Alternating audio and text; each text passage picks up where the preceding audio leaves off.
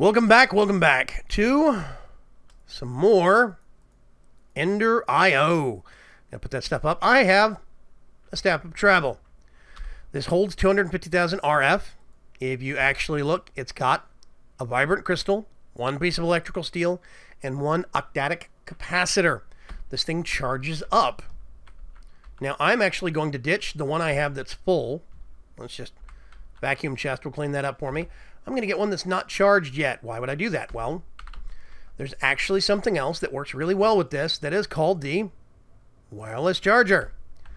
The wireless charger does exactly what you think it does. Where can I put this? Oh, hey, I'm just going to put it right there. It lights up. Go away.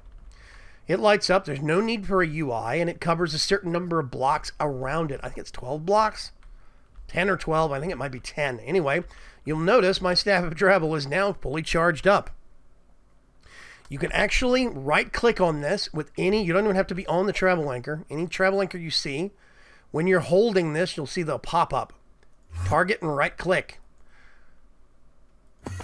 It is actually concerned about being able to teleport through solid objects. Did I see him? There we go. Burning zombies. Go up here, and now that I'm up here within range of my wireless charger, it's been recharged automatically again. Now, if I actually got, let's say, an ender sword and a vibrant crystal, this means I would have to, when I upgraded this sword, have to charge it. But if you notice, wireless charging.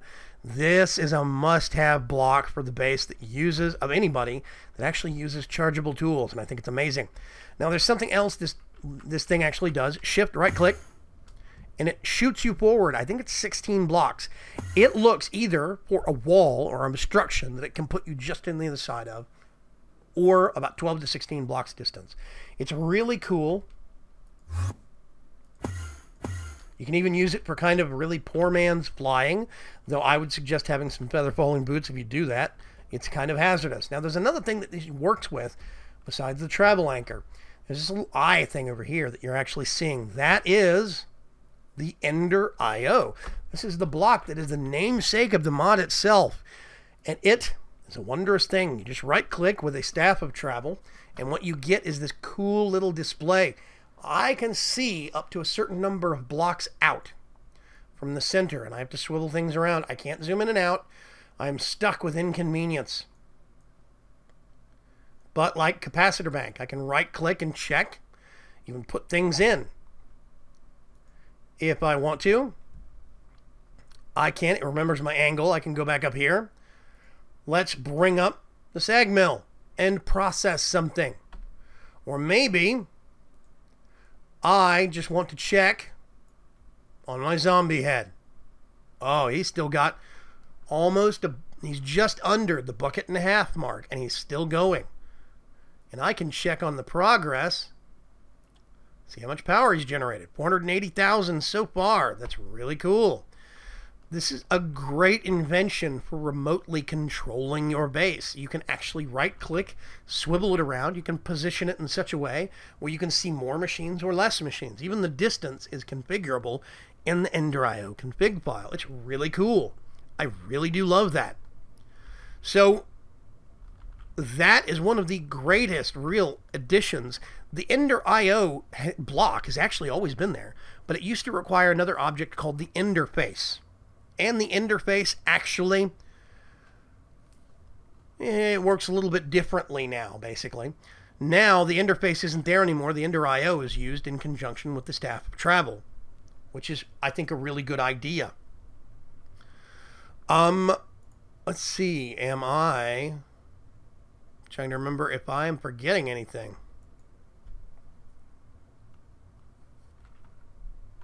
We do have, by the way, I should go over the differences with these Ender fluid conduits real quick. I'm actually going to grab some of these. And I'm going to grab a tank or two.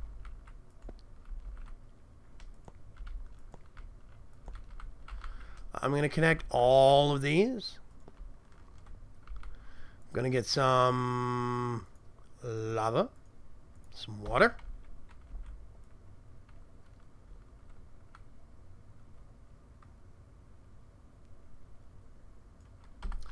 All full of lava. All full of water.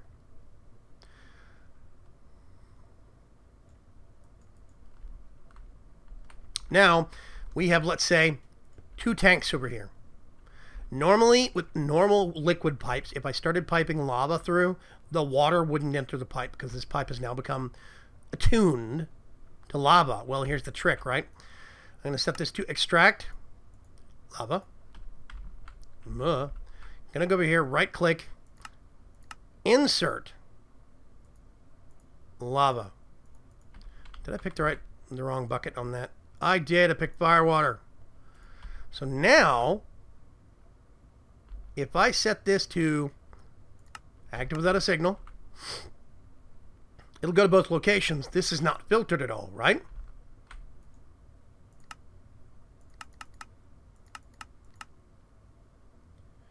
Let's do active with a signal. We're going to put this back down, and put some more lava in here.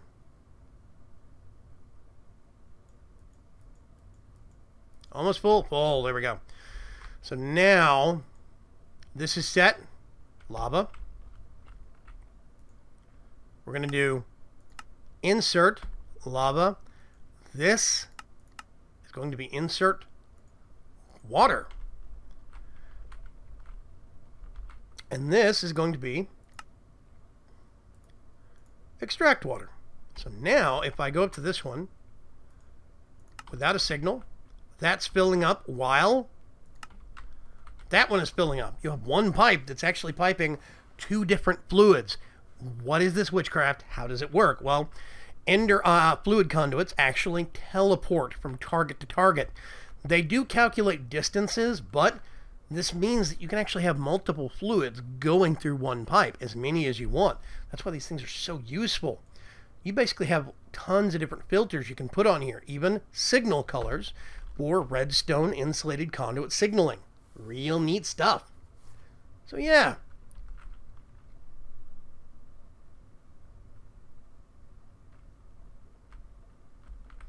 I think it's really, really cool, and I wanted to remember to tell you that before this series is out.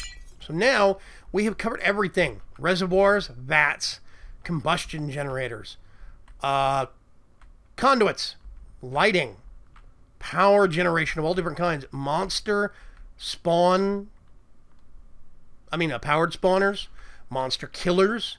We've got enchanting tables, we've got items, we've got armor, all of this stuff that is so, so cool. So many additions. There's some other minor things that I actually haven't gone over yet, like painted carpet.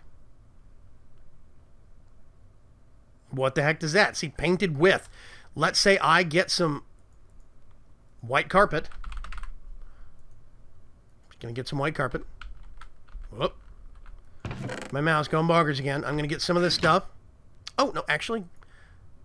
Diamond block. This is another one of those strange little things you can put on the painting machine. Just like steps, slabs, and so on and so forth. Painted carpet. I can tile my floor in diamond blocks. But not really. It's just wool carpet. It's great. It's really funny stuff. I really love the painting machine. You've got... I'm just going to put that up there.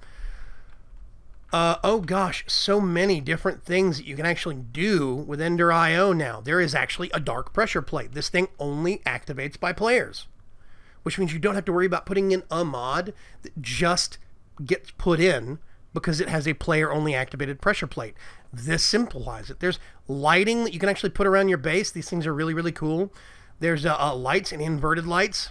Just get one of these. See, it just puts right there. You give it that's a normal one. You have to get a redstone signal, and it will light up. These light up a great little area. There's even powered ones that require power, a steady feed of power, and light up a larger area. But they do require a little bit of power. All sorts of great stuff like this that you can actually do with Ender.io. So many different things. Between like glider wings for your armor, item conduits, It does add Enderman skulls because it's used in some recipes now. Being able to repaint your cobblestone walls or your stairs, half slabs, full blocks. There's even now an Autocrafter that's been put in. It does require power to work, but it works very, very well. I really do love this thing in how it actually functions. It's so simple.